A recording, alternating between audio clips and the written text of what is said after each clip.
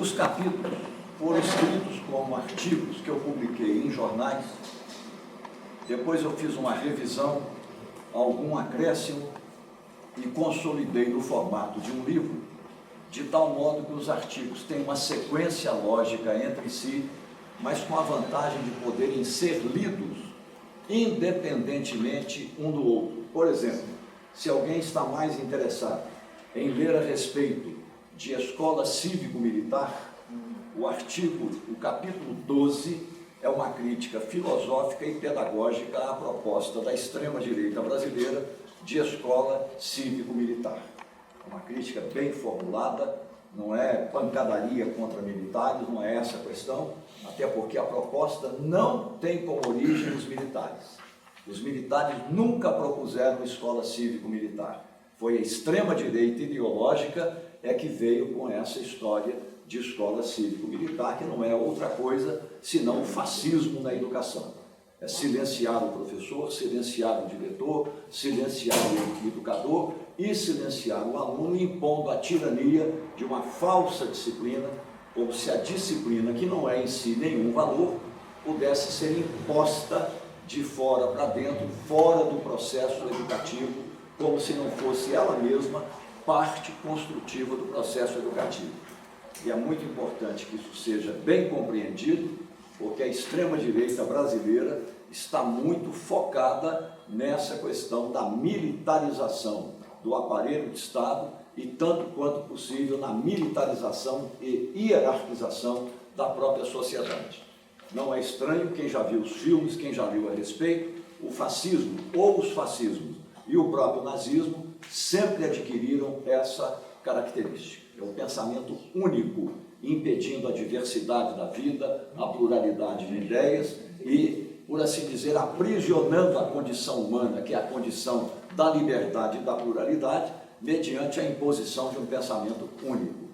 Eu acho extremamente importante que esse debate seja feito por todos os professores com os alunos, do ensino fundamental ao ensino médio, professores de todas as disciplinas, porque é uma questão que é uma defesa da dignidade do professor e uma defesa da educação. A educação como símbolo de liberdade, como um processo fundamental para que a sociedade seja mais democrática e mais fraterna no campo dos valores. Então, é um debate atualíssimo e, infelizmente, eu acho que nos próximos 5 anos essa questão continuará na ordem do dia, porque a extrema-direita brasileira veio para ficar. Em pouquíssimo tempo ela se estruturou nacionalmente, ela capilarizou nos interiores, ela penetrou todas as classes sociais, inclusive as classes populares, as religiões, os jovens pobres das periferias, pegou do agronegócio ao capital financeiro, desceu pelo empresariado e entrou nas classes médias e nas classes populares. Portanto, essa ideologia e essa mentalidade do novo autoritarismo da extrema-direita é alguma coisa que está organizado na sociedade com potência político-partidária, o Partido Liberal e o Partido Novo, capacidade competitiva e eleitoral para disputar o poder e, inclusive, reconquistar o poder. Ainda que o nosso presidente Lula esteja numa posição muito boa na próxima competição eleitoral, mas política e eleição só depois da apuração.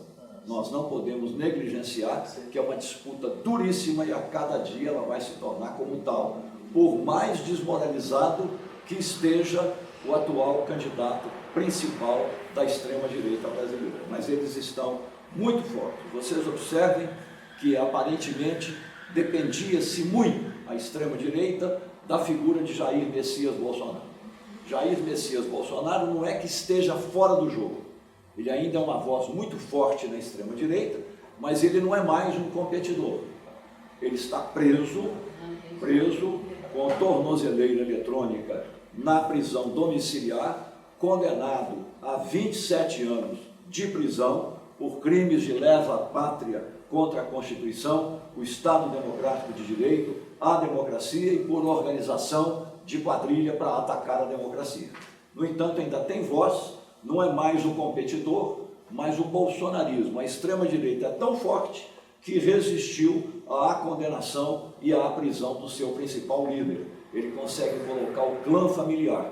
E se um dos filhos tombar, ainda tem a esposa, e se não tiver ninguém da família, eles têm outros quadros para competir e tentar voltar ao poder no plano nacional. Lembrando que eles ainda dominam os governos de Minas Gerais, de Goiás, do Paraná e de São Paulo.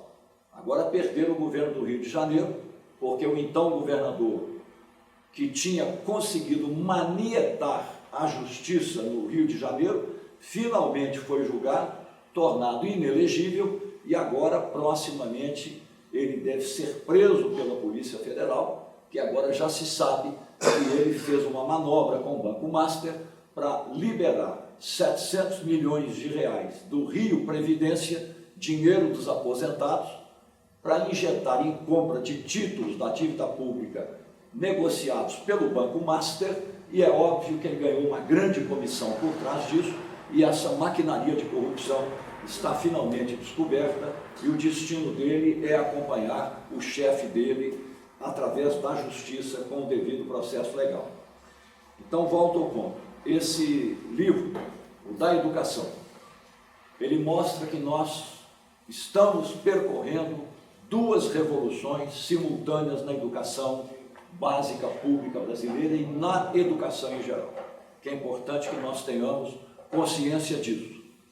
A primeira revolução começa com o próprio texto da Constituição, que no capítulo da educação contém 13 artigos, e 3 dos artigos são os mais importantes, nos dizem os seguintes parâmetros que regem a educação pública no Brasil desde então. Primeiro, educação, dever de todos, da família e da sociedade, doravante, será garantida a todos, sem qualquer exclusão, mediante a cooperação permanente entre os governos da União Federal, os estaduais e os municipais. Esse é o primeiro artigo, que cria a tripartição, mas ao mesmo tempo a coalizão, a cooperação tripartite entre governo federal, governos estaduais, governos municipais, inclui a sociedade e a família. O segundo artigo diz, em linhas gerais, o seguinte: a gestão da educação pública em qualquer nível, vale da educação infantil à universidade, será democrática, participativa e comunitária. Com isso, a Constituição funda no Brasil, e é o único país que tem esse conceito, o conceito de educação, que é provida em meios, dinheiro, recursos, pelo Estado. Nessa dimensão ela é estatal, mas ela é pública porque é universal, gratuita porque não se paga e é direito de todos, e é comunitária, gestão democrática e participativa, com a presença das famílias em colegiados escolares, além dos grêmios estudantis. Portanto, é um convite à autogestão, a escola com autonomia no campo pedagógico, administrativo e inclusive o financeiro, com a ajuda da comunidade, dos profissionais, dos alunos, formar colegiados e definir o seu projeto político-pedagógico, suas metas, vinculadas naturalmente ao currículo nacional vinculatório e às normas gerais de cada sistema de ensino, mas nesse contexto ela dispõe e desfruta de uma grande autonomia para a gestão. E é isso que a extrema-direita quer combater. Ela quer combater, seja criando a escola cívico-militar ou privatizando a educação, para acabar com a gestão democrática, a participação comunitária e impedir que a escola pública no Brasil seja uma formadora de cidadãos e uma educadora para a vida em democracia com valores segundo a fraternidade. Então, mais que nunca, embora estejamos em democracia, nós precisamos defender a escola pública com essas características, contra os ataques da extrema-direita, contra a escola pública, aliás, contra tudo que é público. Então, nós falamos da primeira revolução, E o terceiro capítulo, que é muito importante, rompe um processo de exclusão social no Brasil na área da educação. Eu não sei se vocês têm a informação, mas até o ano de 1988, os estudos mostram que o que os estados e municípios investiram até então em educação nunca ultrapassou, em média dos anos, 8% dos orçamentos. 8%. Resultados disso, só passamos a ter educação infantil pública, gratuita e universal a partir do ano 2000 e, sobretudo de 2003 a 2014. Rigorosamente, tivemos investimento público em educação infantil a contar de 2003, o ano 1 do governo Lula, até 2010 e de 2011 a 2014, no primeiro governo Dilma, que teve como mais importante programa dela exatamente o Pró-Infância. E nós universalizamos a pré-escola no Brasil até 2014, quando até o ano 2000, já com 12 anos de democracia no Brasil, não havia no Brasil educação infantil pública. É até compreensível que a primeira prioridade do Brasil democrático foi universalizar o acesso das pessoas de 7 a 14 anos no ensino fundamental, porque 10% dessa população estavam fora da escola durante a década de 90 e assim a prioridade foi a universalização do ensino fundamental. Seguiu-se a isso a universalização do ensino médio, alcançada já até 2005 e até 2014 a universalização da educação infantil. Nós estamos falando de um país de dimensões continentais, com 212,5 milhões de habitantes, com uma enorme desigualdade social e exclusão educacional, e nós apenas, por assim dizer, de 88 a 2014, em 26 anos, nós colocamos o Brasil dentro da escola pública. E não só colocamos o Brasil na escola pública básica, mas em 2007 e daí em diante, nós colocamos todas as pessoas com deficiência dentro da escola pública. Nenhum país do mundo fez isso tão rapidamente.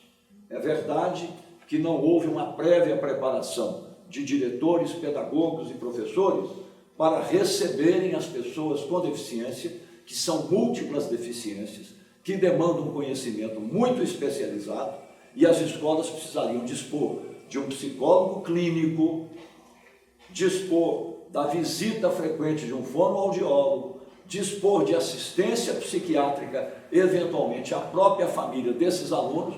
Isso ainda não existe, mas seja como for, as escolas assumiram e humanizaram mais a nossa sociedade. Isso não é pouca coisa, é uma enorme conquista. Como se não bastasse, por que nós conseguimos fazer isso? Que saímos do limite de 8%, que era não política, era exclusão, e a Constituição estabeleceu o mínimo constitucional obrigatório de 25% de estados e municípios aplicados ano a ano em educação pública gratuita universal, para disciplinar e permitir controles fiscais sobre a correta execução dos orçamentos, agora avolumados da educação em 25% como mínimo, foram criados, primeiro, o Fundef, Fundo Nacional de Desenvolvimento do Ensino Fundamental, e 10 anos depois, como foi prometido, o Fundeb, que distribuiu os recursos per capita entre aluno de educação infantil, fundamental e médio. Não paramos aí. Conquistada essa revolução, isso é uma revolução na educação, é uma revolução. Mas a qualidade ainda é uma grande dívida social, mas estamos em processo disso. Adiante, também a partir de 2007, é bom lembrar, veio o Piso Nacional de Salário, em cima de uma base monetária do salário historicamente muito baixa, mas seja como for, o Piso Nacional garante uma correção anual do salário do professor brasileiro acima da inflação. É a única categoria profissional que dispõe desse benefício. Os cálculos matemáticos mostram que no horizonte de até 6 a 8 anos, o salário de ingresso de um professor em regime de 40 horas de trabalho será equivalente ao salário de ingresso de um engenheiro no mercado de trabalho. Então, a perspectiva da profissão de professor no Brasil, ao contrário de ser sombria, é uma perspectiva luminosa. Ainda mais agora que veio a Prova Nacional Docente, veio o Mais Professores e proximamente virá um programa de mestrado para os professores públicos brasileiros, que é uma coisa fundamental, um direito dos professores, uma reivindicação histórica, e hoje o Brasil está preparado para oferecer isso. Preparado por quê? Outra conquista da democracia e especialmente dos governos Lula. Até Juscelino Kubitschek, que foi presidente da República de 56 a 60 e foi em vários aspectos um excelente presidente, mas em educação não foi. O Brasil tinha 6 universidades federais, nem tinham o nome de Universidade Federal. Era a Universidade do Brasil, no Rio de Janeiro, Universidade de Minas Gerais, em Minas Gerais, mas eram federais. Juscelino Kubitschek criou 10, passamos a 16. A ditadura militar, em 21 anos, criou 10, passamos a 26. Os 2 governos de Fernando Henrique Cardoso criaram 6, passamos a 32. Os governos Lula e Dilma, especialmente Lula, criaram 40 universidades federais no Brasil. Passamos a 72, e cada uma tem 2, 3, 4, 5 campos. Por exemplo, eu vi a placa, aqui em Unai tem um campus da Universidade Federal do Vale de Jequitinhonha, Mucuri, como tem um em Araçuaí, como tem um em Teófilo Otoni, e o campus principal fica em Diamantina. Só esta jovem universidade já tem 4 campos universitários, se é que não tem mais algum do qual no momento eu não esteja me lembrando. Acho que tem mais um ali no norte de Minas, eu não sei se é Janaúba ou se é Januária. Tem mais um campus, acho que é Januária, né? Então são 5. Além disso, também em 2007, que foi um ano virtuoso para a educação brasileira, o então ministro da Educação, Fernando Haddad, teve a ideia, apresentou-a ao presidente da República, que se encantou com a ideia, porque ele, nordestino, de família muito pobre, que a mãe é que segurou a barra, migrou, fez Senai, trabalhou no chão de fábrica, perdeu um dedo, mas fez Senai. Ele valoriza extraordinariamente a educação profissional e tecnológica. Então, a partir de 2007, criou-se no Brasil o chamado Instituto Federal de Educação Tecnológica. Não tinha nenhum. São 870 institutos federais interiorizados, com a disponibilidade de 1,5 milhão de vagas, com 890 mil alunos. Portanto, uma disponibilidade de 610 mil vagas, todavia não ocupadas, porque falta informação e também tem um problema, porque os alunos que formam a clientela mais natural de um instituto federal, está aqui um instituto federal, por exemplo, em Arinos, vem alunos de pelo menos 10 municípios. Tem um instituto federal em Paracatu, vem alunos de pelo menos 10 municípios. Então é preciso que o Instituto Federal tenha residência estudantil para evitar o desconforto do deslocamento diário, tenha um mecanismo de transporte de alunos, tenha um restaurante para alunos e uma praça de esportes, já que funciona em tempo integral. Mas isso é um processo e nós estamos caminhando nessa direção. O Brasil, para dar um salto econômico e sair do crescimento do produto interno bruto, que é tudo que uma economia produz durante um ano, da ordem histórica oscilando em torno de 3%, o que é pouco, muito melhor do que antes, mas é pouco. Nós precisamos chegar a 5% ao ano e manter esse patamar para dar um salto econômico de qualidade, inclusive de qualidade na vida dos brasileiros, reduzindo desigualdade, que é o chamado de desenvolvimento, cujo crescimento econômico é um dos elementos. Não é o principal, mas é um dos elementos. O Brasil precisará, nos próximos 10 anos, de 2 milhões de alunos nos institutos federais, para fazer o ensino médio acadêmico, junto com a educação tecnológica e, se possível, um pós-médio tecnológico para entrar no mercado de trabalho. O desenvolvimento econômico brasileiro demandará 2 milhões de alunos e, portanto, para termos 2 milhões de alunos, nós precisaremos de 2 mil institutos federais no Brasil. Já fizemos em pouquíssimo tempo, de 2007 a 2026, 19 anos. Mas vão diminuir 6 anos e meio nisso aí, que o governo do Michel Temer e o governo do Bolsonaro não fizeram nenhum IFET, pelo contrário, cortaram os orçamentos, deixaram os IFETs à míngua, como também as universidades. Então, na verdade, nós estamos falando de 12 anos e meio. Você criar 870 IFETs para 890 mil alunos, não há nenhum país do mundo que tenha feito algo parecido em tão pouco tempo. Nenhum país do mundo fez isso. É uma revolução da educação. É um custo alto, como nós sabemos, tudo gratuito. Tudo gratuito. Falei das universidades, falei dos IFETs. Ao mesmo tempo, no período democrático pós-ditadura, nós criamos um Sistema Nacional de Avaliação da Educação Básica. Nós democratizamos as escolas, pegamos o dinheiro do salário educação, que era controlado por senadores e deputados, e isso foi colocado na forma de dinheiro direto na escola, quando foi criado, imitando o nosso modelo de Minas Gerais, que foi precursor e pioneiro, a Caixa Escolar, com autonomia financeira, com conta bancária e aprovação pelo colegiado da escola do gasto escolar, da aplicação do dinheiro. O Ministério da Educação, em 95, acolheu esse modelo, criou isso no Brasil e as escolas passaram a dotar de autonomia financeira pela primeira vez na história da educação brasileira.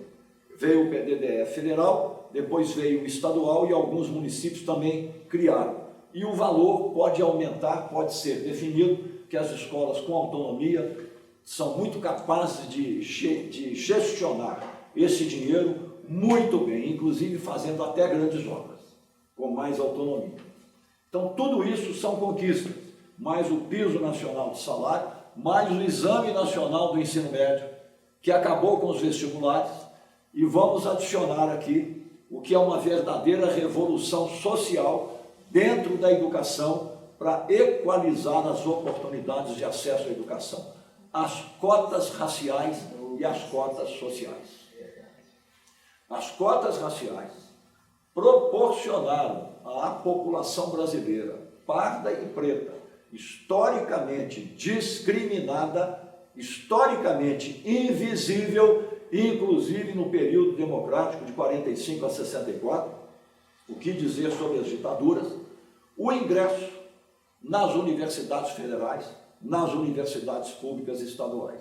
Hoje, na minha universidade, onde eu sou professor de Sociologia, a UFMG, com 42 mil alunos, 56% dos alunos, professor, são pardos e pretos. 56%, exatamente a expressão demográfica da população brasileira. O preconceito de classe e o preconceito racial diziam que o nível das universidades ia baixar, que os alunos estavam entrando pelas cotas. As universidades fazem todo ano uma pesquisa para avaliar e comparar o nível de aprendizado, o desenvolvimento cognitivo dos diferentes alunos. Não há nenhuma diferença em qualidade do aprendizado entre o aluno que entrou por cota e o aluno que não entrou através da cota. Portanto, se trata de preconceito social e racial e nada mais do que isso. Quando essa ideologia preconceituosa caiu por terra, dadas as evidências em contrário do preconceito, eles vieram com um novo ataque à universidade pública, com a história da privatização da universidade pública. dizendo que a privatização faria justiça, porque aluno pobre ganharia um voucher e o aluno que pudesse pagar, pagaria, como se isso bastasse para financiar uma universidade. Na verdade, o que eles queriam era acabar com a universidade pública. Por quê? Porque o modelo de universidade privada é o modelo americano.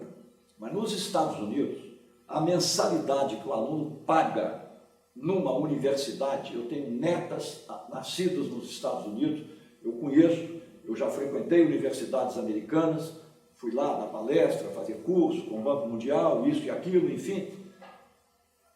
Pega as melhores do mundo como Harvard, por exemplo. 20% da receita das universidades americanas privadas vem de mensalidade. 20% não pagam a conta. A conta é 100%.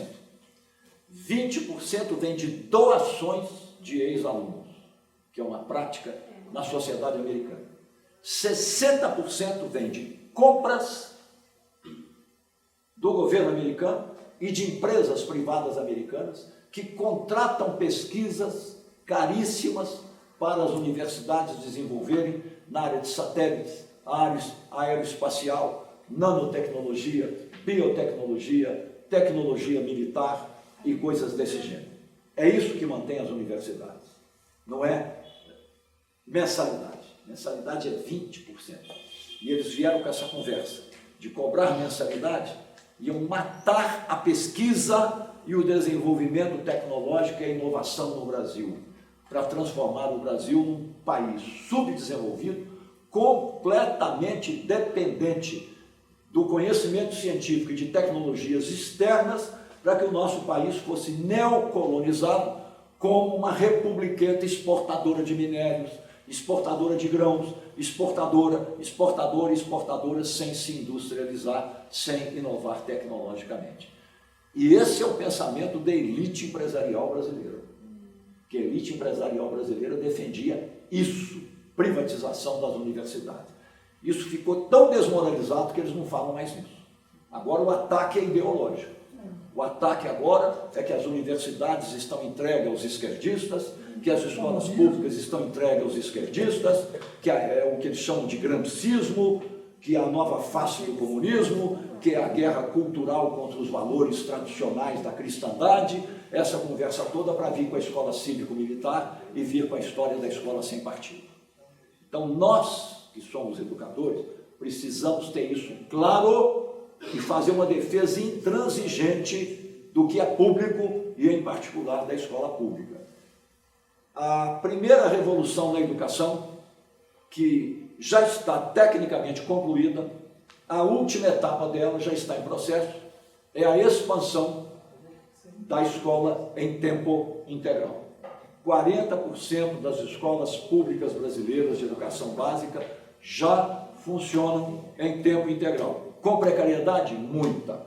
Porque a escola em tempo integral foi criada para a implantação do currículo da Base Nacional Comum Curricular, cuja filosofia pedagógica é educação integral.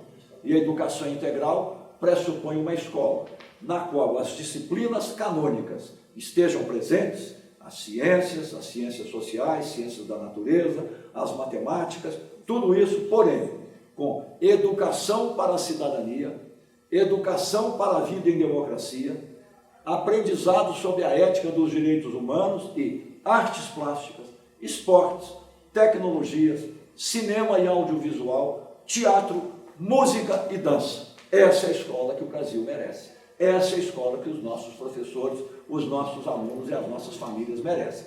Essa é a etapa que nós precisamos construir nos próximos 10 anos, conforme previsão do Plano Nacional de Educação, o terceiro Plano Nacional de Educação, já aprovado em lei. E vamos chegar lá, através dos educadores em cada escola, sem abrir mão disso.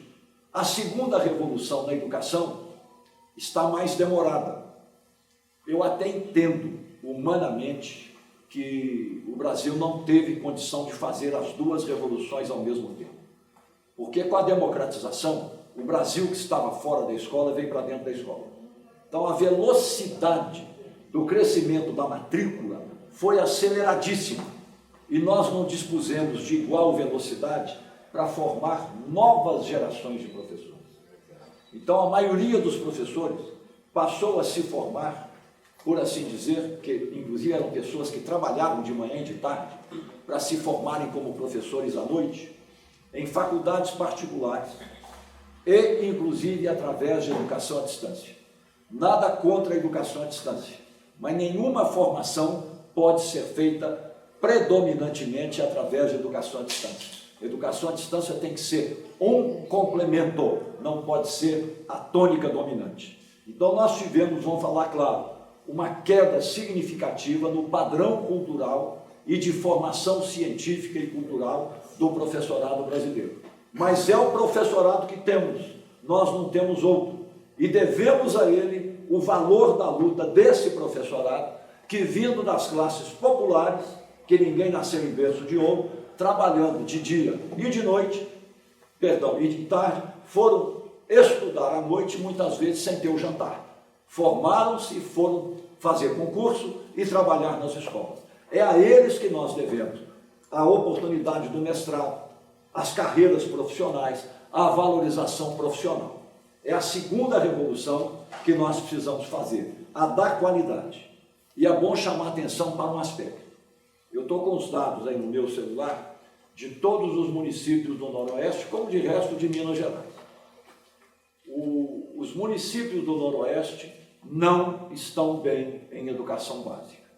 É preciso que haja um reconhecimento que o maior IDEB entre os municípios do Noroeste, nos anos iniciais, é um único município que tem 6.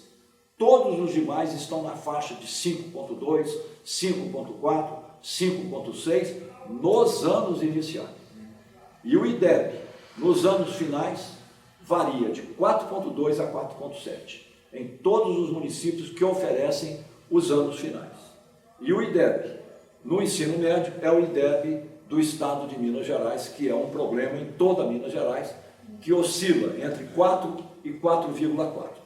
Então nós temos que fazer a segunda revolução, que é a revolução na qualidade. Agora, não conseguiremos fazer revolução na qualidade enquanto houver prefeitinho e vereadorzinho achando que tem prerrogativa de ficar fazendo indicação política de diretor de escola. Por exemplo, em Paracatu, que é uma cidade desenvolvida, tem um excelente secretário municipal, ele faz tudo que ele pode, mas é a Câmara Municipal que indica os diretores das escolas. Qual é a lealdade dos diretores? É o aluno? É os colegas professores? Não é. É ao quem? A quem indicou. Então, esse tipo de primitivismo nós temos que acabar. É fácil resolver, que as pessoas são dispostas, determinadas, gostam do que fazem, gostam da escola pública, e é com esses brasileiros e brasileiras que nós vamos fazer a segunda revolução da educação. Então, é isso, em geral, que o livro mostra. Os capítulos 3, 4, 5 chamam muita atenção para problemas. Eu indico como principal problema na educação básica brasileira pública hoje a malfadada aprovação automática. Nós temos que acabar com isso urgente. Acabar com a aprovação automática. Todos os professores. Urgente. Garantir o currículo da BNCC mediante planejamentos semanais de aula unificados, padronizados, para que todo aluno tenha direito a aprender o currículo da Base Nacional Comum Curricular. Esse é o principal fator de desenvolvimento do Brasil. Nós não conseguiremos dar um salto econômico, sair do mero crescimento para o desenvolvimento sem essa segunda revolução da educação. A maior alavancagem do desenvolvimento no Brasil e da democracia no Brasil é a educação pública de qualidade. A primeira igualdade que nós temos que construir é a igualdade de um aprendizado de qualidade nas escolas. Nós não vamos enfrentar a desigualdade social, não vamos diminuir a desigualdade social se houver no Brasil desigualdade educacional entre as classes sociais. Então, o professorado brasileiro tem um desafio histórico e a missão de fazer a revolução na educação como um ingrediente da revolução democrática para acabar com a pobreza no Brasil, garantir o desenvolvimento e reduzir as desigualdades. Não é pouca coisa, mas os professores e as professoras dão conta desse recado. É uma missão, missão com o país, com a nação, com o presente, com o futuro. Eu não perco nunca a esperança, que eu penso a esperança como esperança em ação. E nós estamos em ação. Como a professora Cidinha esteve em ação a vida inteira e continua em ação como cidadã, tanto é que ela está aqui, como vocês estão aqui. Então, é disso que trata o nosso livro. Os capítulos 3, 4, 5 são descrições e análise sobre onde erramos, o que fizemos de errado, inclusive a aprovação automática. Os capítulos 6, 7 e 8 são exemplos de como é possível fazer certo, a coisa certa o tempo inteiro, com excelência. Tem um capítulo sobre a experiência de Sobral, eu conheço bem, escrevi. O capítulo 6 é sobre Sobral, o capítulo 7 é sobre Minas Gerais, na nossa década que nós ganhamos o primeiro lugar nacional na avaliação nacional da educação básica e fornecemos, de certo modo, um modelo que seria mais tarde adotado pelo Ministério da Educação. O ex-ministro Paulo Renato de Souza reconhecia isso e o ex-ministro Fernando Haddad também reconhecia isso. E tem um capítulo que discute com Cláudio Moracastro, que é um bom pensador, é um bom educador, mas escreveu um artigo infeliz de ataque à ideia de Plano Nacional Decenal de Educação. Então, eu sou amigo dele, mas falei, Cláudio, nós estamos discutindo ideias. Aí eu fiz um artigo de crítica ao artigo dele, e ele não respondeu. O artigo dele foi muito infeliz. Eu fiz um artigo também, está no livro, é o capítulo 10, de crítica ao meu amigo Cristóvão Buarque, que é um cidadão exemplar, mas nesse artigo o Cristóvão diz que a educação básica pública brasileira é uma tragédia. É o estilo dele. É uma tragédia. Parece que não tem história, que não tem construção, que não tem conquistas, como acabei de demonstrar aqui. E ele diz que a solução é uma só: federalizar todas as escolas municipais e estaduais. Só que ele esqueceu de perguntar aos professores, aos prefeitos, aos governadores, aos vereadores, aos deputados estaduais, e esqueceu de dizer onde é que está o dinheiro para isso. Sabe onde é que estaria o dinheiro? Confisco dos 25% dos municípios, confisco dos 25% dos estados, e o meu amigo Cristóvão Buarque, que é um democrata e republicano, com isso estaria acabando com o federalismo do Brasil, que é um dos instrumentos mais essenciais de nossa democracia. Quem tem dúvida, lembre-se do período da Covid, que o federalismo brasileiro resistiu à tirania do Bolsonaro e do general Pazuello, que queriam militarizar a saúde e queriam impor, ponha todo mundo na rua para pegar Covid, que é dessa maneira que nós vamos acabar com ela. Que ia ser um desastre que ia levar 10 milhões de mortes no Brasil. Quem resistiu? O federalismo. E a proposta do Cristóvão Buarque é tão equivocada que na prática ela acaba com o federalismo. Ele publicou na Veja, eu escrevi o artigo, publiquei num lugar que ele leu, mas não respondeu. Se responder, vai ter a tréplica, aí nós vamos abrir um debate. Né? Então esse é o livro, e termina com a crítica filosófica e pedagógica à escola cívico-militar, e tem um pós-fácil propositivo, que é uma conversa com o Plano Nacional Decenal de Educação para 2026-2035. Então é um livro muito atual, e eu vou pedir a vocês, educadores, o seguinte: qualquer professor que quiser acessar esse livro, entra no meu site, joambaptistamaresguia.com, e baixa lá o livro em formato e-book, gratuitamente. Pode distribuir para os colegas, pode acessar as metodologias pedagógicas que eu criei, todas estão disponíveis gratuitamente, pode espalhar para todo lado, que isso é público, já deixou de ser meu, está lá. Então isso é sobre educação, ok? Bem, antes de passar para nós falarmos sobre o segundo livro, eu queria saber se vocês querem falar alguma coisa, perguntar alguma coisa, comentar alguma coisa sobre isso que eu acabei de falar a respeito de educação.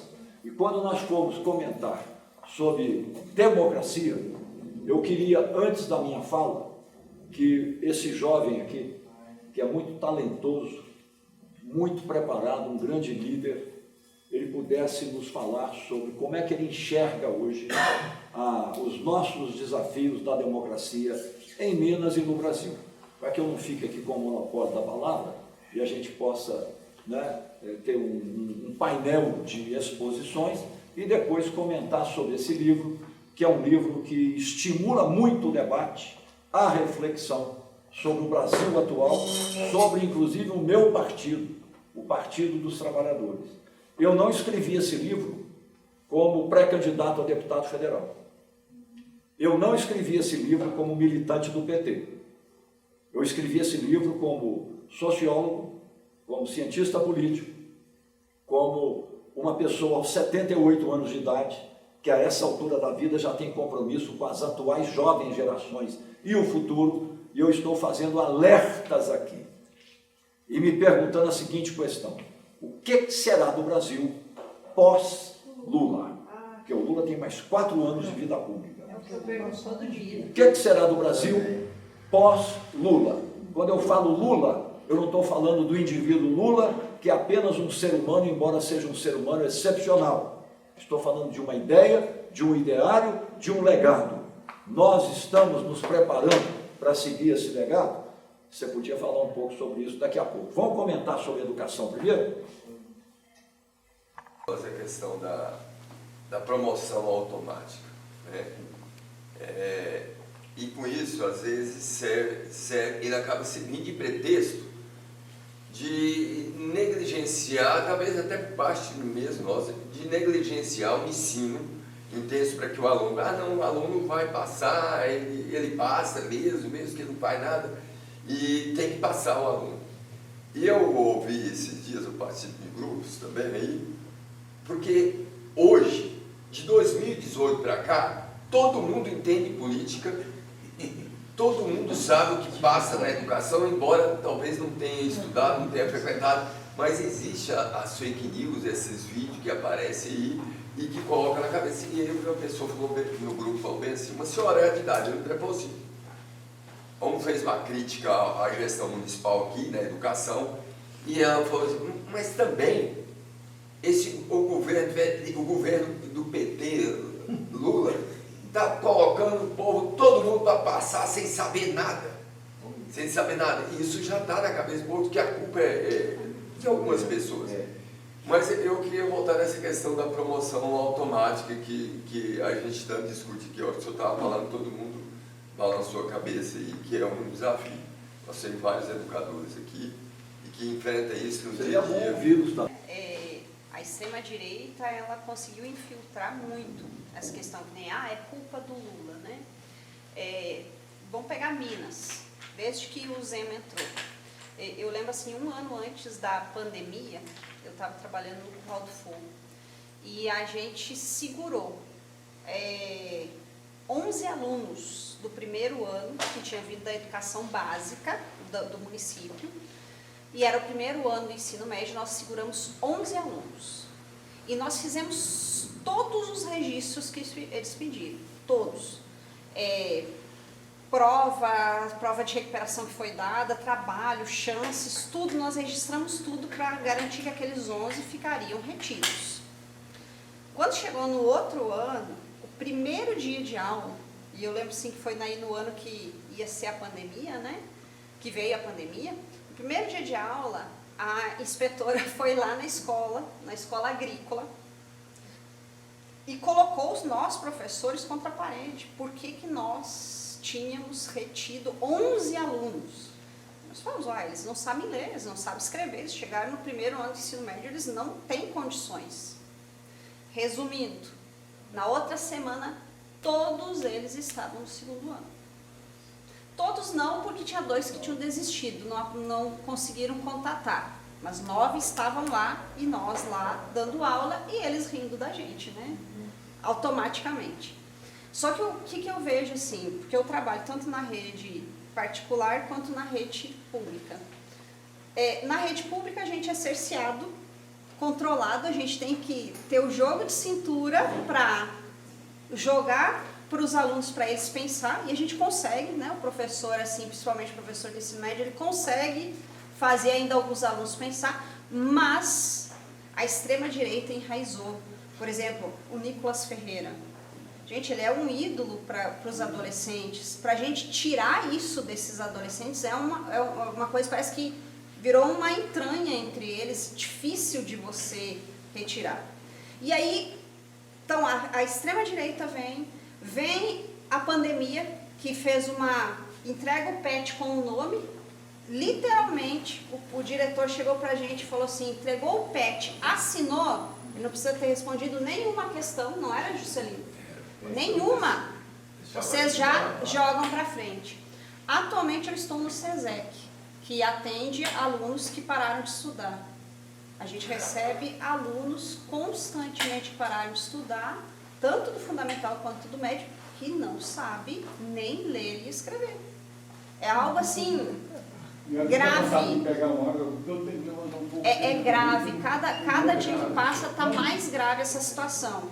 Só que no final do ano passado, o governo Zema mandou para os diretores uma aprovação automática que o aluno, ele ia lá na salinha do diretor, né? E fazia uma provinha com 10 questões lá no computador, orientado. Quer dizer, não tinha nem como ele não passar. E esse aluno foi jogado para frente. Mas o discurso da extrema-direita, ele é tão bem manipulado que ele joga nas costas dos, que eles chamam, né, de esquerdistas. Então, a preocupação que eu vejo hoje é que eles conseguem, você vê aí o Flávio Bolsonaro, ele levou agora um monte de queda, mas a popularidade dele não cai.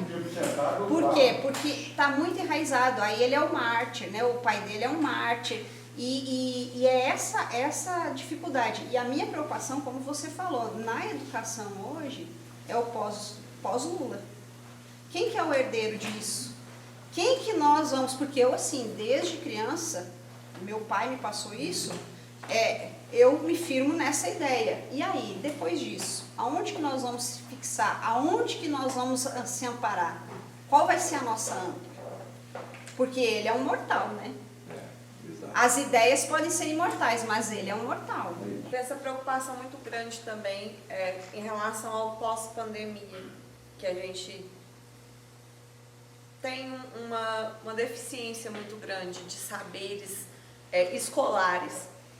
E aí, com a implantação dos programas de recomposição, a gente hoje tende a ter que convencer educadores a trabalhar no sentido de reconstruir saberes com esses meninos, de reconstruir conhecimentos lá da Base Nacional Comum Curricular. E é como se a gente estivesse perdendo adeptos dentro da nossa própria classe. Porque as pessoas se acostumaram com essa ideia de que eu fazendo ou não vai dar na mesma. E o que me preocupa mais não é o silêncio do pessoal de fora, é o nosso silêncio. Porque enquanto nós acreditarmos na educação como uma mola propulsora para a nossa sociedade, a gente ainda vai ter a fé que mantém a gente vivo enquanto professor. Mas a partir do momento que entre nós perdermos essa fé, eu tenho muito medo do que vai acontecer. O número de professores que votaram no Romeu Zema, gente.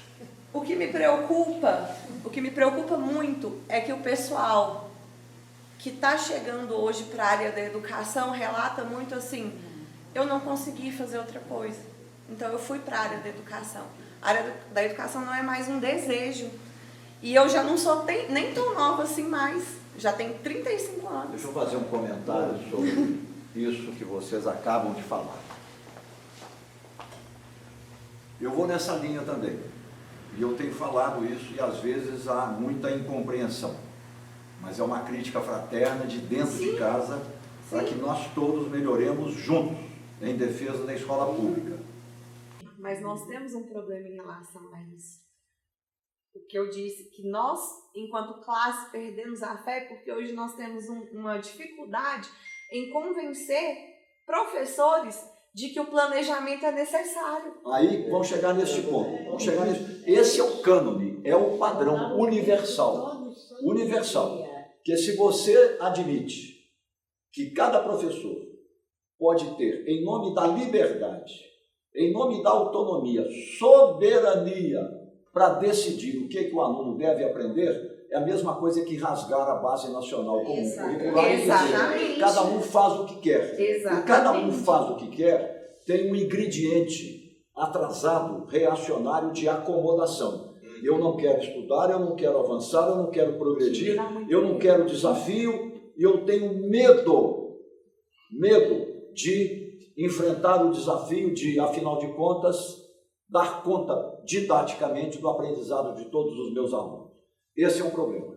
É claro que isso estaria muito facilitado se houvesse desde o início a escola em tempo integral, para que com o tempo integral nós pudéssemos recuperar os alunos dentro da escola, todo dia o aluno fazer o para casa dentro da escola e coisas desse tipo. Agora que nós estamos começando a ter a disponibilidade do tempo integral.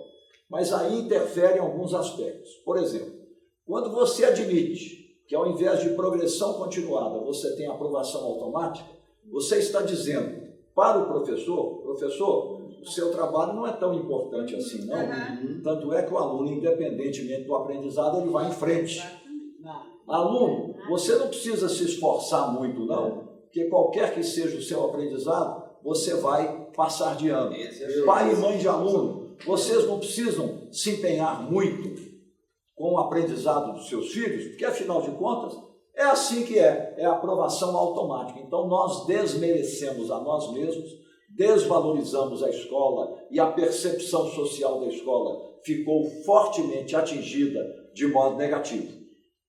Em segundo lugar, você tem um problema, que é um problema que eu já falei a respeito dele, que o padrão de formação acadêmica caiu muito, inclusive devido ao problema da formação total em cima de educação à distância. Mas nós temos um outro problema, que é uma renúncia às exigências para que alguém chegue a ser diretor de escola. O diretor de escola, em tese, pode ser qualquer profissional, mas todo profissional que ousar disputar o cargo de diretor de escola, ele tem que provar, antes de ser eleito, que ele é bom, que ele está preparado para aquilo. É o que nós fazíamos em Minas Gerais antes. Aí o que foi feito?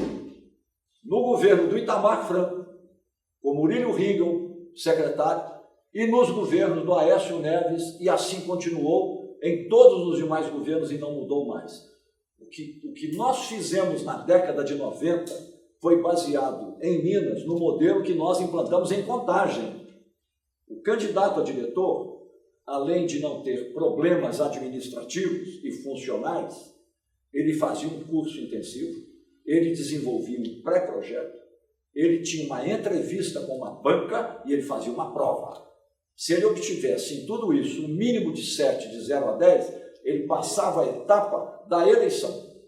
O que foi feito no governo Itamar? Eliminaram isso tudo e ficou só a eleição. O que foi feito nos governos do Aécio? Eles inventaram a prova biônica.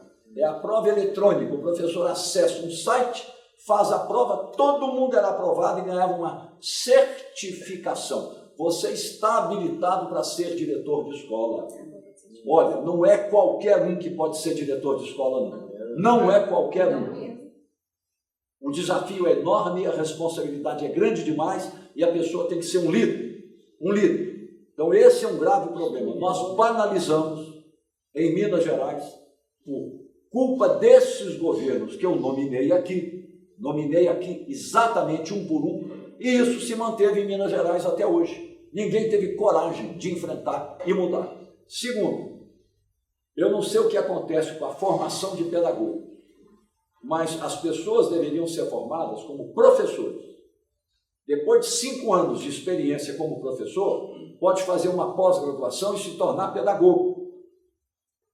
Um pedagogo que não faz monitoramento de processo, que não acompanha semanalmente a qualidade da aula que o professor dá, isso não é fiscalização, não. Isso é cooperação com o colega e não acompanha aprendizado de aluno. A pergunta é, para que ter pedagogo, então? Se o pedagogo não faz pedagogia, para que ter pedagogo? Eu defendo o pedagogo, mas ele tem que fazer o papel dele. E terceiro, um professor não deveria ter nem o direito de falar uma aberração dizendo, eu não tenho que fazer planejamento unificado. Então ele defende o currículo oculto, é o currículo que ele sabe. Se o currículo que ele sabe é maior que o currículo da BNCC, então ensine esse currículo para o aluno. Mas, em geral, o currículo é muito maior do que a BNCC. Por exemplo, em matemática, o professor de anos iniciais tem que trabalhar com números, com álgebra, com geometria, com grandezas, medidas e proporções, e tem que trabalhar com estatística e probabilidade. As nossas professoras não aprendem matemática na faculdade. Não aprendem matemática na faculdade. Aí eu não culpo a professora. Os sistemas de ensino deveriam prover em serviço formação matemática de professores.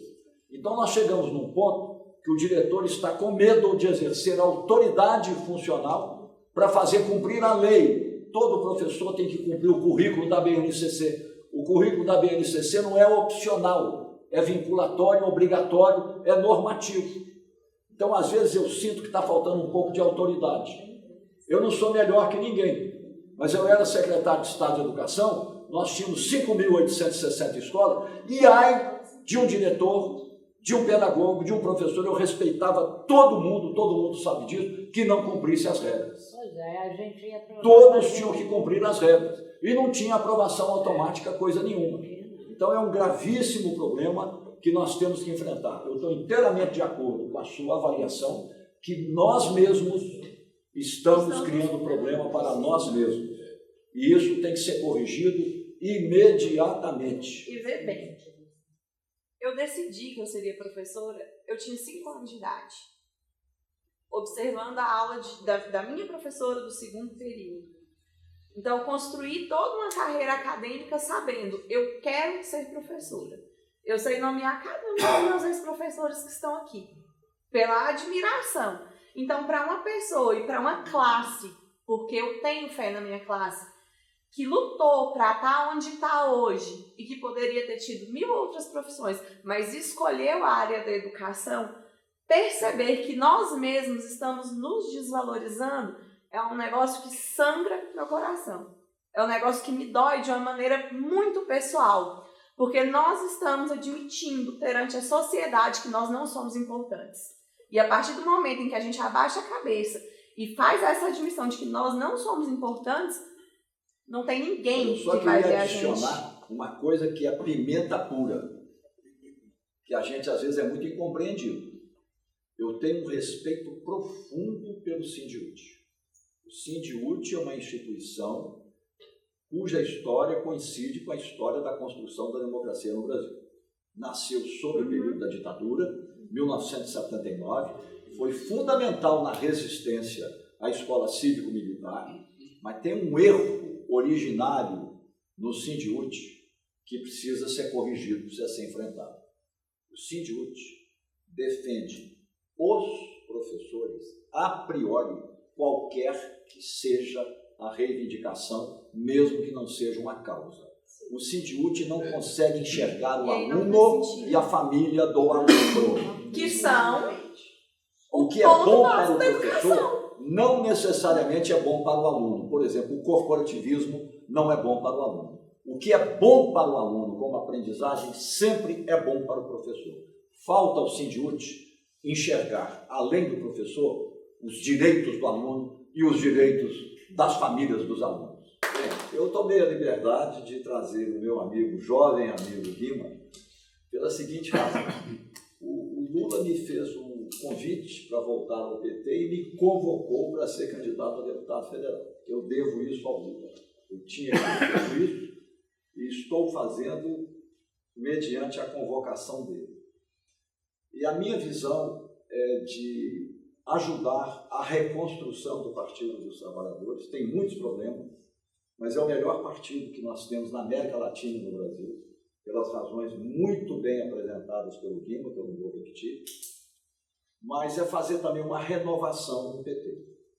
Eu fui muito procurado por vários deputados, seria muito confortável para mim, como candidato a deputado federal, e não é fácil competir dentro do próprio PT com os colegas deputados federais que dispõem de 65 milhões de reais em emendas por ano, todos os deputados. É o maior absurdo que existe. Todos dispõem. Eu escolhi um caminho diferente. Ao invés de fazer as dobradinhas com quem já é deputado estadual, eu preferi ajudar a fazer despontar na campanha eleitoral as lideranças jovens mais promissoras que o PT tem. E uma delas, e a principal delas, dentre outras, é o Guima, 42 anos, presidente do PT por mérito, eleito pela base, com essa formação, essa capacidade de comunicação, de análise que vocês presenciaram, e eu estou muito feliz e confortável com isso, porque nós precisamos de líderes também na Assembleia Legislativa, não apenas na Câmara Federal, porque o quadro de Minas é gravíssimo. Embora nós tenhamos 12 valorosos companheiros, deputados estaduais do PT, na Assembleia Legislativa, parece, no entanto, que nos últimos 8 anos não havia oposição em Minas Gerais. E o Guima, ele garante, pela trajetória, pela visão, também pela coragem, que fará uma oposição construtiva na eventualidade de não ganharmos o governo de Minas. Se ganharmos o governo de Minas, ajudar o governo a governar no caminho mais adequado. Eu quero pegar de onde o Guima parou. O Lula hoje é uma legenda, é um legado, ele já não é o Lula. E nós precisamos entender o que isso significa. Conquistamos a democracia. O PT teve um papel muito importante em todo o processo, já sob a ditadura, da construção da democracia no Brasil. E o Lula, quando chega ao poder, e o PT também no governo, são os responsáveis pela construção do novo estado de bem-estar social no Brasil. É um conjunto de políticas públicas setoriais que formam políticas públicas socialistas, como a de saúde, o SUS, como a de educação, que já foi aqui razoavelmente exposta, dentre outras, a que se soma a reforma agrária, e agora a tentativa de fortalecimento da agricultura familiar, seja com a obrigatoriedade de toda a escola adquirir pelo menos 30% da merenda escolar da agricultura familiar, seja agora com a disponibilização de 87 bilhões de reais do Plano Safra para a agricultura familiar. Nenhum país do mundo tem isso, gente. Nenhum país do mundo jamais fez isso. 87 bilhões para a agricultura familiar. Professor, só correção, saiu de 30% para 45% agora a obrigatoriedade de comprar da agricultura familiar. Passou para 45%? Que boa notícia, eu não sabia. Subiu. Foi exatamente agora, depois que o Lula subiu novamente. Fantástico, que boa notícia. Bem, nessa linha, nós temos aí, não precisa aqui declinar em detalhe, mas uma das medidas mais importantes é a correção anual do salário mínimo acima da inflação. É um dos melhores mecanismos de redistribuição de renda e recomposição do poder de compra do trabalho. Mas não é pleno emprego, mas é quase pleno emprego. Taxa de desemprego em torno de 5%, o que confere ao trabalhador uma alta competitividade no mercado de trabalho, o que está possibilitando a muitos jovens dispensar empregos de má qualidade, de má remuneração, em busca de melhores oportunidades. Quando se diz assim, está difícil conseguir alguém para trabalhar por causa desse Bolsa Família, é muito simples, ofereça um bom salário que vocês vão ver a fila na porta. Exatamente. Se não tem um bom salário, eu também preferiria ficar com Bolsa Família, que por que eu vou me arrebentar de trabalhar para ganhar um saláriozinho? Se eu tenho Bolsa Família, eu posso fazer uns biscates aqui e ali, e com os biscates eu ganho às vezes mais do que o saláriozinho, ainda mais com jornada de 6 por 1. De 6 por 1. Põe a jornada 5 por 2, põe a jornada 4 por 3 e pague um salário melhor, a galinha dos ovos de ouro, que é o capitalismo, não vai morrer, mas os capitalistas vão ter que sair do range-rede e entrar no áspero do boquém ralando mandioca para melhorar a produtividade, para manter a margem de lucro. Simplesmente isso. Ninguém vai ter prejuízo, ninguém vai perder lucro com a jornada 5 por 2 ou a 4 por 3. É uma questão de incorporar mais tecnologia, melhorar a produtividade, diminuir as hierarquias, os escalões de intermediários que só servem para controlar o trabalhador, confiar mais no trabalhador que os resultados virão. Isso tudo são legados do que nós chamamos de lulismo, o estado de bem-estar social. Só que agora nós estamos, por isso é que eu falo o labirinto. Um dos aspectos do labirinto, o que é? O presidente Lula e o ministro Fernando Haddad deram agora, no governo Lula III, o primeiro passo para enfrentar a estrutura de desigualdade. De 2003 a 2014, os governos do PT fizeram algo extraordinário. Colocaram o pobre no orçamento e deram visibilidade cidadã e dignidade humana a todos os pobres do Brasil, a todos os pretos e pardos, a todos os indígenas, em especial as mulheres no Brasil. Isso é criação do lulismo, é histórico e ninguém tira. E ninguém tira.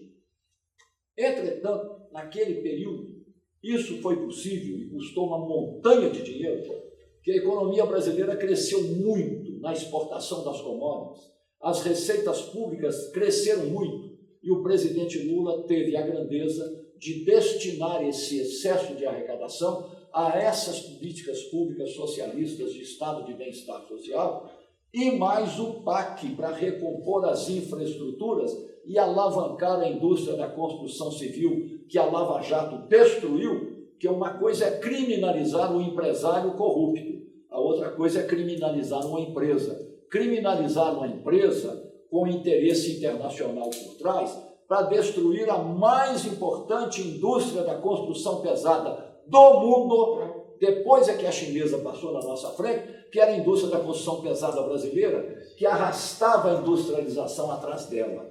Hoje nós não temos mais a indústria pesada da construção, que é um dos desafios da reindustrialização do Brasil contemporâneo.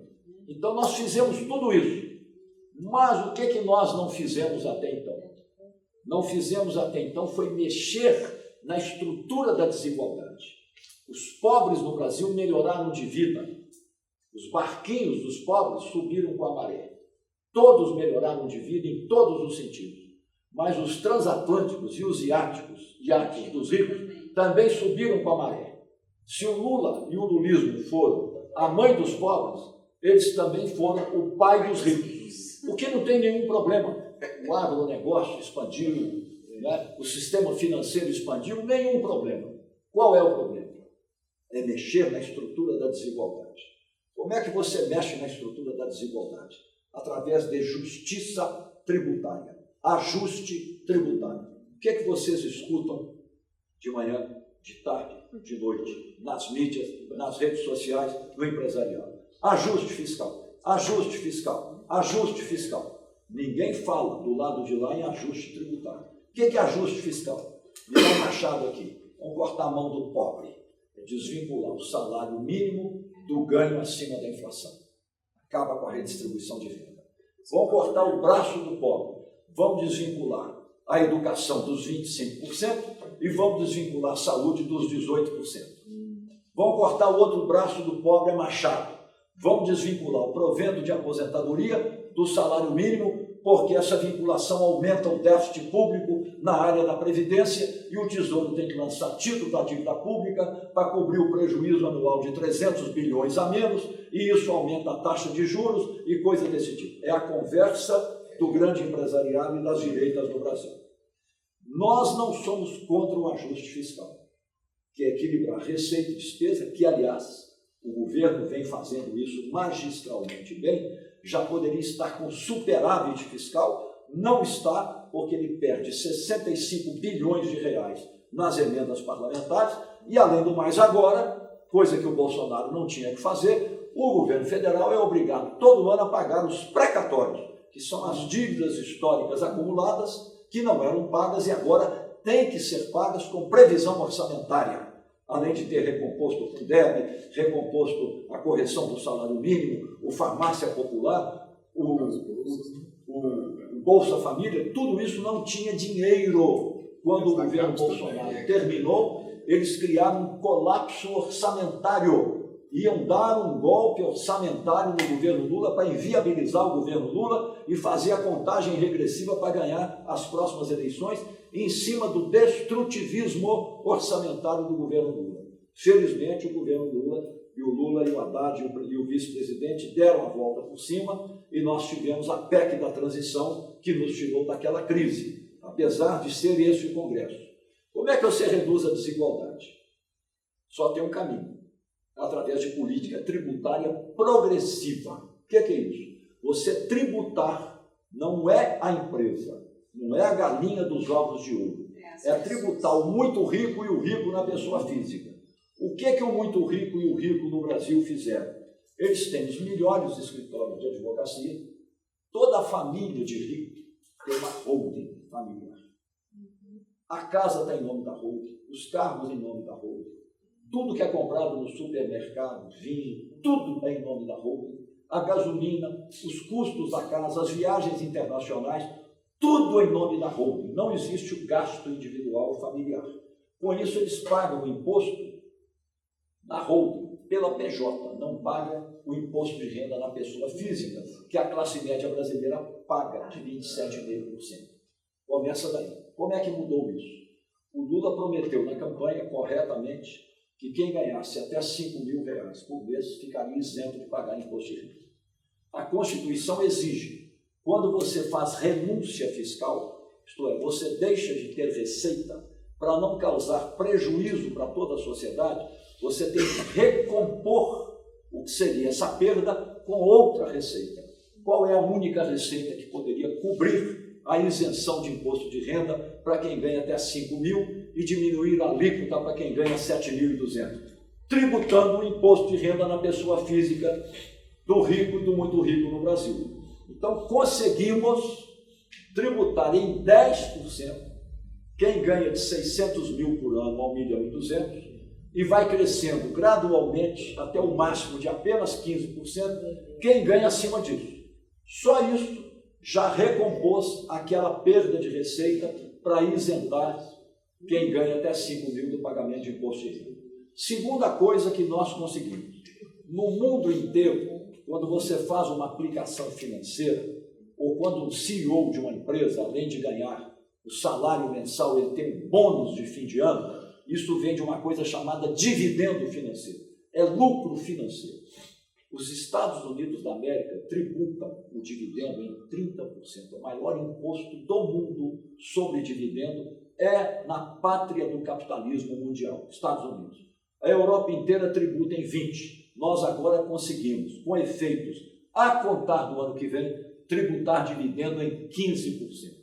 É como ele fala, você tributa dividendo aqui em 15%, mas a direita e a extrema-direita vem com a pauta bomba e arrebenta pelo lado de cá uma outra coisa. Como, por exemplo, outro dia, queriam renegociar a dívida do agronegócio. O agronegócio não sabe o que faz com tanto dinheiro. Queriam renegociar a dívida do agronegócio, em vez de pagar ao Banco do Brasil o plano safra com o lucro que tiveram, e o lucro foi muito alto, em 10 anos pagar a dívida existente. O Tesouro perderia 190 bilhões de reais em 10 anos. É isso que a extrema-direita e a direita fazem. E o povo brasileiro, o dia que compreender isso, o dia que compreender isso, é fogo subindo e água descendo, ninguém segura. Então nós precisamos esclarecer isso às pessoas. Outra coisa fundamental a ser feita também é o seguinte: hoje no Brasil, nós deixamos de arrecadar para o Tesouro Federal R$1 trilhão ao ano. são as isenções tributárias. Metade das isenções são moralmente e economicamente justificáveis. Por exemplo, ao terceiro setor e coisas desse tipo. A outra metade não é. O que é que você poderia fazer? Vamos fazer um pacto? Nós vamos reduzir de 1 trilhão para 500 bilhões as isenções tributárias em 10 anos, à base de 50 bilhões a menos por ano. Seria razoável, não criaria um grande impacto e seria uma coisa fácil de negociar. Eles não aceitam. Então nós perdemos 1 trilhão de reais. 1 trilhão de reais em receita, que é exatamente o que custa para o orçamento do Brasil, ano a ano, a Previdência Social. Nós perdemos uma Previdência Social por ano na conta de isenções tributárias. E, por fim, a questão da remessa de lucro. Quem é mais velho se lembra de Leonel Brizola defendendo a bandeira da remessa de lucro. Os Estados Unidos, pátria do capitalismo mundial, tributam as empresas que mandam lucro para o exterior em 20%. A Europa inteira tributa a remessa de lucro em 20%. No Brasil é zero.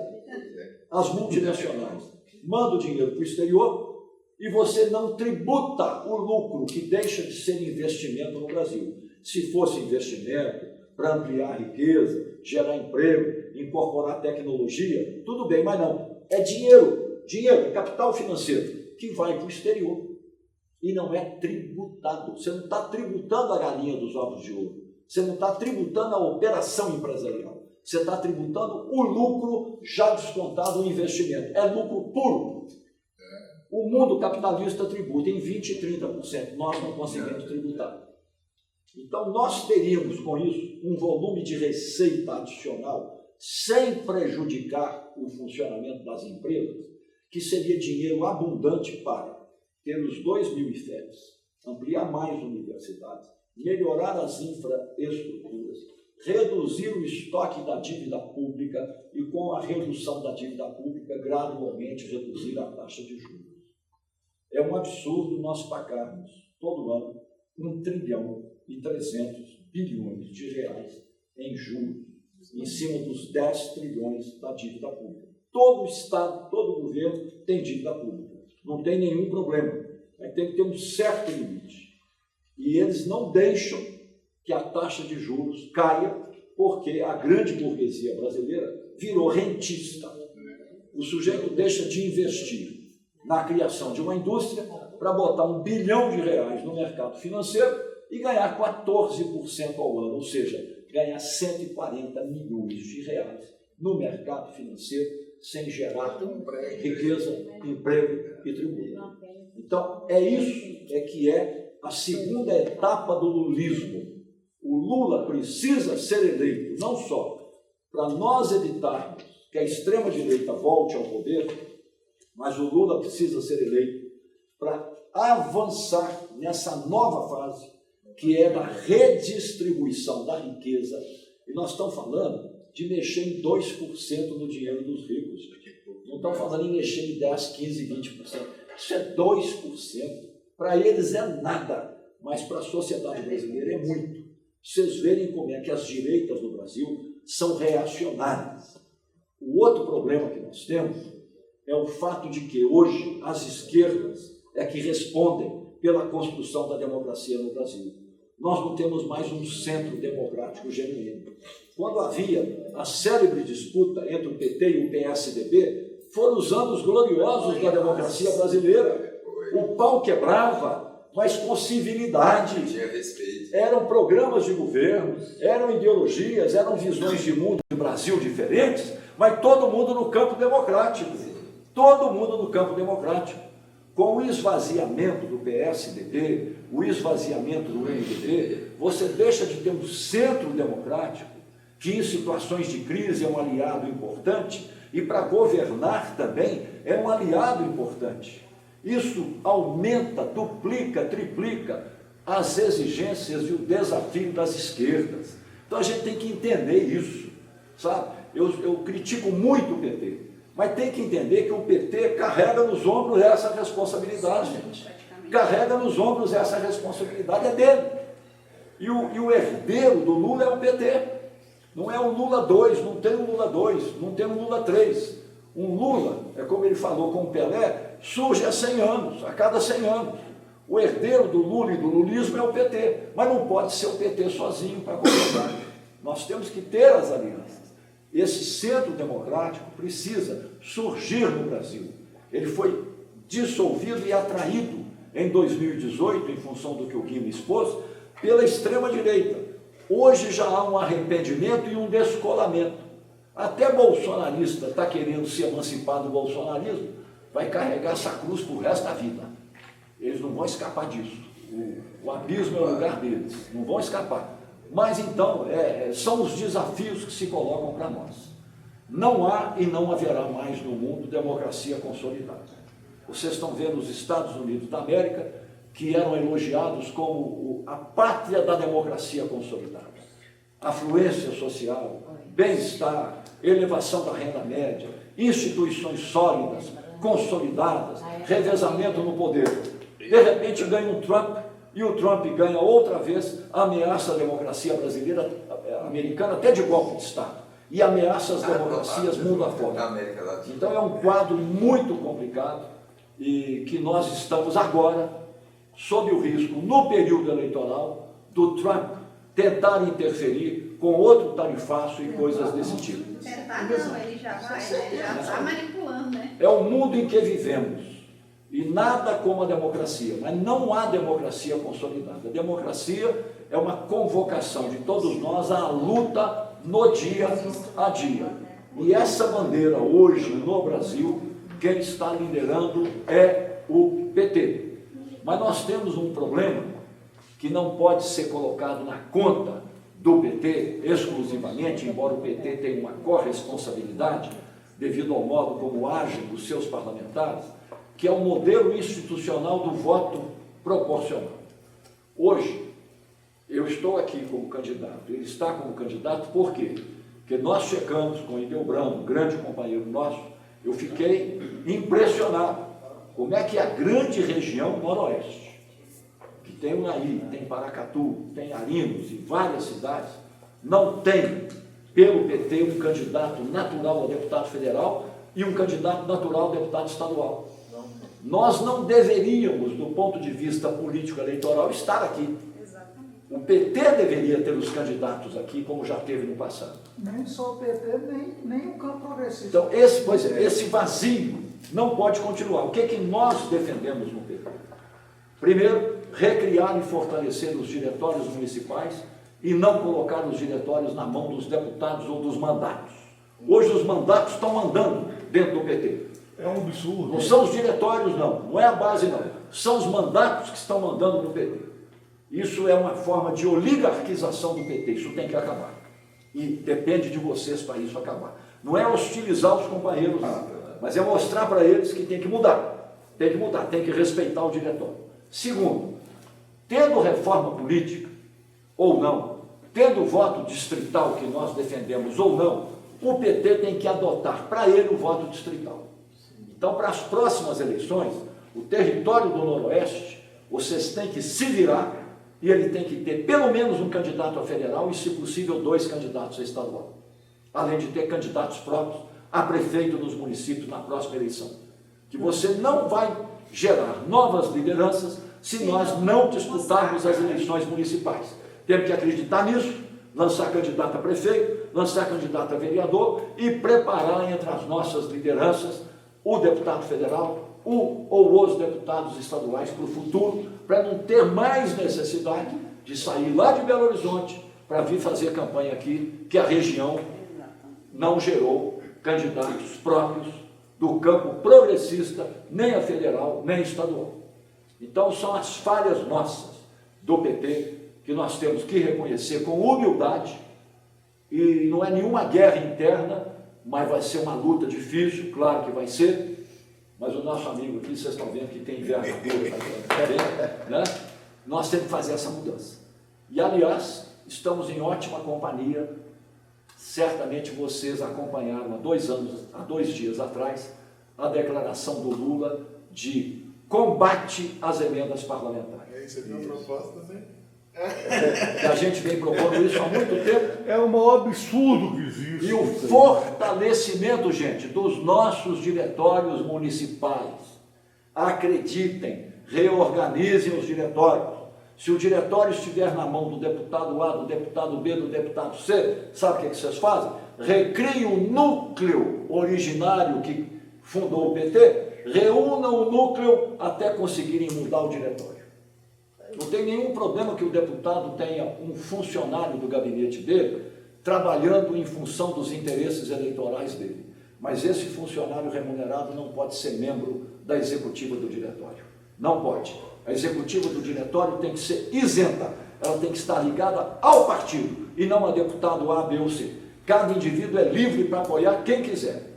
Mas ali o diretório defende o PT, não defende João Batista, ou não defende Guima, ou não defende Padre João, ou não defende Rogério Correia, ou Reginaldo Lopes, ou quem seja. Defende o PT, a política pública do PT. E cada um individualmente tem sua preferência, é uma pessoa livre, aí trabalha para o candidato que quiser.